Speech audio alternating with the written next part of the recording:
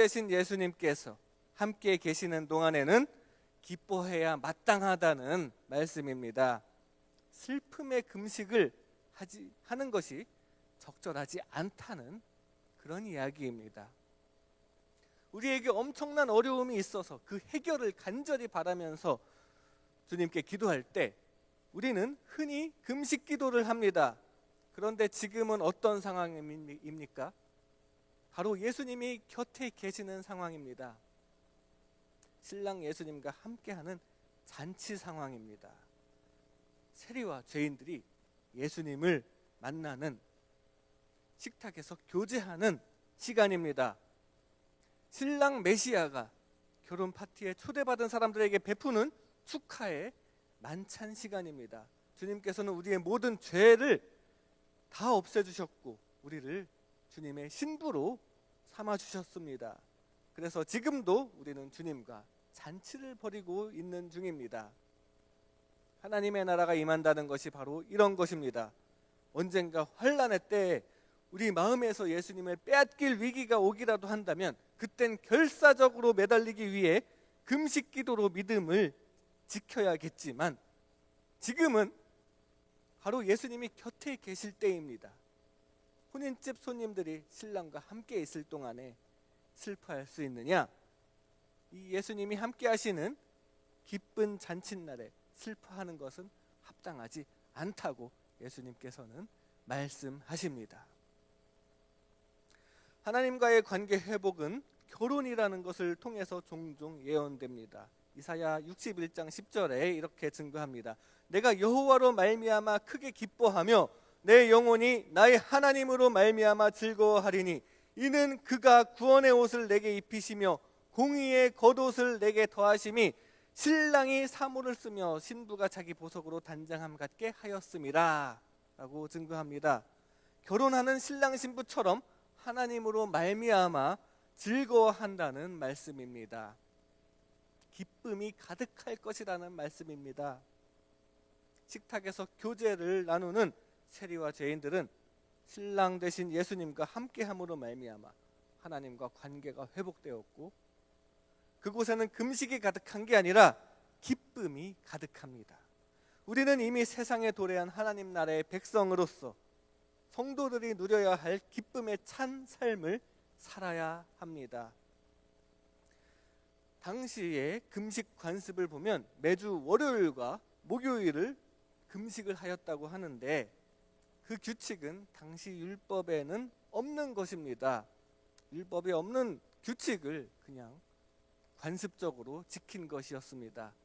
그런데 그 관습에 불과한 것을 지키려고 그렇게들 애를 쓰고 있었다는 사실입니다.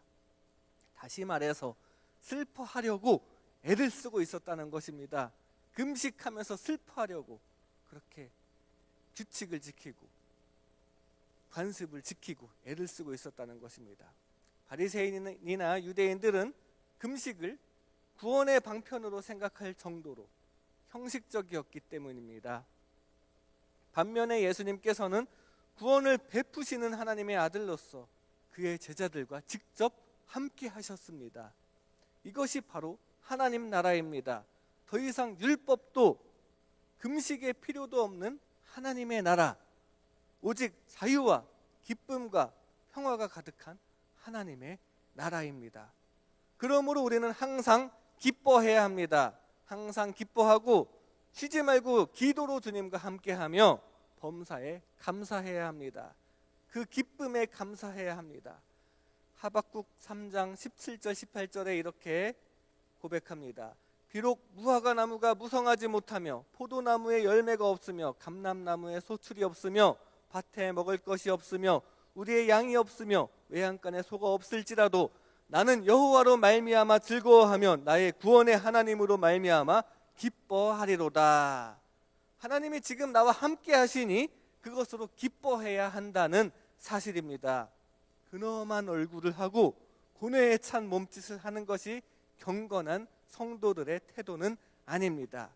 참된 구원의 기쁨 가운데 하나님의 풍성한 축복이 저와 여러분의 삶 가운데 항상 가득하시기를 주님의 이름으로 소망합니다. 다음으로 복음의 본질은 예수님의 죽으심입니다. 신랑, 즉 예수님께서 떠나실 때가 있을 것인데 그때는 슬퍼할 것이다 라고 말씀하십니다. 15절 하반절에 이렇게 말씀하십니다. 그러나 신랑을 빼앗길 날에 이르리니 그때는 금식할 것이니라.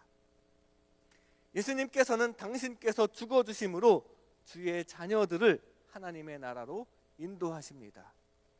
로마서 5장 10절에 곧 우리가 원수 되었을 때 그의 아들의 죽으심으로 말미암아 하나님과 화목하게 되었은즉 화목하게 된 자로서는 더욱 그의 살아나심으로 말미암아 구원을 받을 것이니라 라고 증거합니다.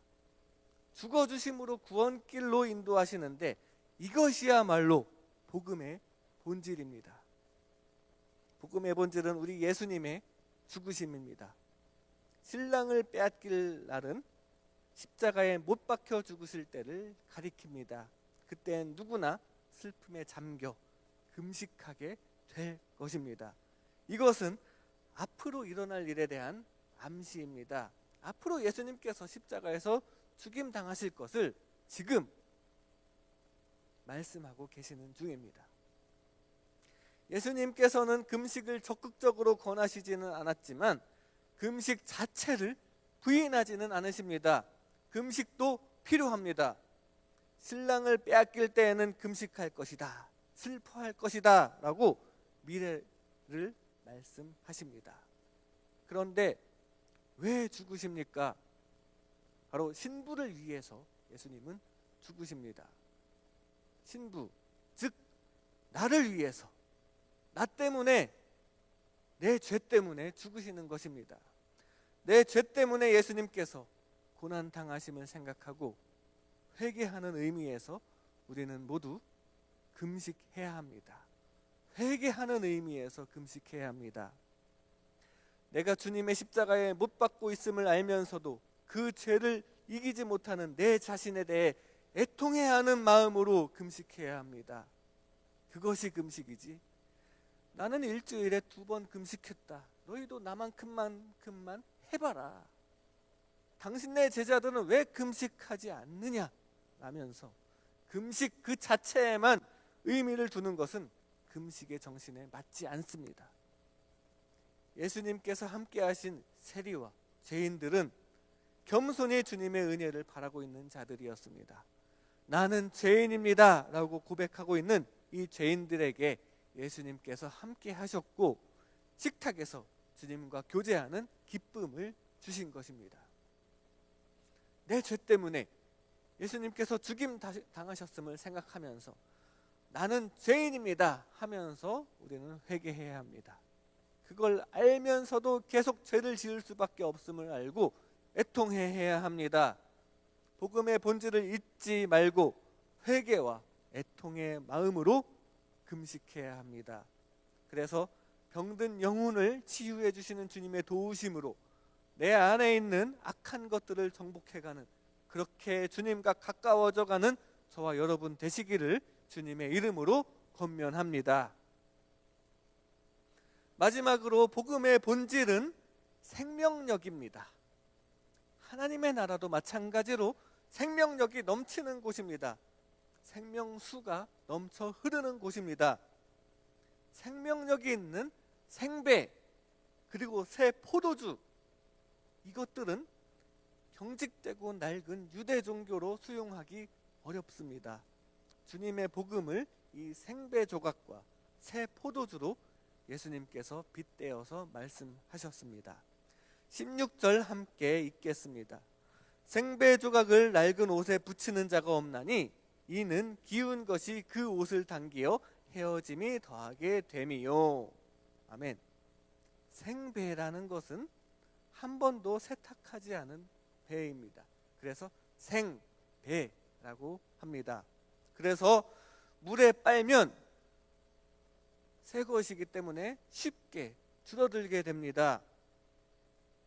그런데 낡은 옷은 이미 줄어들 대로 줄어들었기 때문에 거기서 물에 더 빨아도 잘 줄어들지 않습니다. 거기서 더 줄어들지 않습니다. 이 두 개를 붙인 상태에서 빨면 생배의 부분만 줄어들기 때문에 그 부분이 어긋나게 됩니다. 마찬가지로 예수님의 새 복음과 낡은 교리는 조화될 수 없다는 말씀입니다. 예수님의 복음은 이 생배 조각처럼 운동력이 있는데 그것은 낡은 율법주의적인 사고로는 감당하지 못한다는 말씀입니다. 17절에는 또 이렇게 말씀하십니다. 새 포도주를 낡은 가죽 부대에 넣지 아니하나니 그렇게 하면 부대가 터져 포도주도 쏟아지고 부대도 버리게 됨이라. 새 포도주는 새 부대에 넣어야 둘이 다 보존되느니라. 오래된 가죽 부대는 딱딱해집니다. 그런데 그 딱딱한 곳에 발효되지 않은 새 술을 담그면 발효되는 과정에서 발생하는 가스로 인해서 그 딱딱한 부대는 터집니다. 반면에 새 부대는 신축성이 있기 때문에, 생명력이 있기 때문에 새 술의 운동력을 감당할 수 있다는 말씀입니다. 두 가지 비유의 말씀 다 생명력 넘치는 새로운 것들을 낡은 것들로 수용할 수 없다는 말씀입니다. 복음도 마찬가지입니다. 생명력이 넘치기 때문에, 변화가 있어야 하기 때문에 딱딱한 유대 전통으로 수용할 수 없다는 말씀입니다. 복음의 본질은 생명력입니다. 예수님께서는 이 새 천조각과 또 새 포도주의 비유를 통해서 복음과 기존의 종교 사이의 관계를 말씀하십니다. 복음은 기존의 종교 체제 말고 새로운 종교 체제에 담겨져야 복음의 본질적인 기능을 할 수 있다는 말씀입니다. 피 흘림으로 인해 죄의 용서와 하나님 자녀의 신분을 얻는다는 새로운 복음으로 새로운 시대가 도래한다고 말씀하십니다. 히브리서 8장 13절엔 이렇게 증거합니다. 새 언약이라 말씀하셨음에 첫 것은 낡아지게 하신 것이니 낡아지고 쇠하는 것은 없어져 가는 것이니라. 복음은 일종의 개혁 같은 것인데 기존의 기득권을 갖고 있던 바리새인들은 이 개혁을 두려워하며 저항하고 있는 중입니다. 그리고 계속 낡은 부대만을 고집하고 있습니다. 요한에게만 머물고 있는 이 요한의 제자들과 바리새인들은 자신의 고정관념 때문에 주님의 진리를 받아들일 수가 없습니다. 죄사함을 받으려면 옛 것들은 다 버려야 합니다. 헌옷 그리고 낡은 부대 다 버려야 한다는 말씀입니다. 우리의 의나 나의 의나 고정관념 그리고 묵은 종교의 틀 다 버려야 한다는 말씀입니다. 버리지 않고 옛 것과 새 것을 섞고 꿰매서 조합하려고 하면 둘 다 망가집니다. 예수님께서 제시하시는 복음은 생명력 있게 살아 움직입니다. 이 역동적인 삶과 교훈들을 받아들이기 위해서는 새로운 자세가 필요합니다. 항상 돌아보면서 우리는 나 자신을 계속 개혁해야 합니다. 내 생각을 움직여야 합니다. 생각이 정체되지 않도록 자기 생각에만 빠져있는 신앙을 경계해야 합니다. 자기 생각이 강한 사람에게는 잘못된 지식이 강하게 자리 잡아 있을 수도 있습니다. 많은 사람들이 자기가 한 번 가진 생각이 가장 옳다고 생각하는 경향이 있습니다. 그런데 자기 생각에만 빠져서 변화하지 않고 있다가 결국에 죄사함으로 말미암는 구원을 받아들이기 힘든 사람도 많습니다. 또 습관에 머무는 신앙도 우리는 경계해야 합니다. 습관적으로 예배하지 않도록 경계해야 합니다. 예배를 열심히 드리고서도 주님의 핏값으로 내 생명을 사신 바 되었다는 구속의 은총을 망각하고 산다면 어떻게 되겠습니까? 날마다 주님의 말씀에 순종하며 실천하는 생활을 하고 있는지를 스스로 성찰하는 저와 여러분 되시기를 주님의 이름으로 권면합니다. 이 시간 복음의 본질이라는 제목으로 하나님의 은혜를 나눴습니다. 복음의 본질은 기쁨입니다. 복음의 본질은 예수님의 죽으심입니다.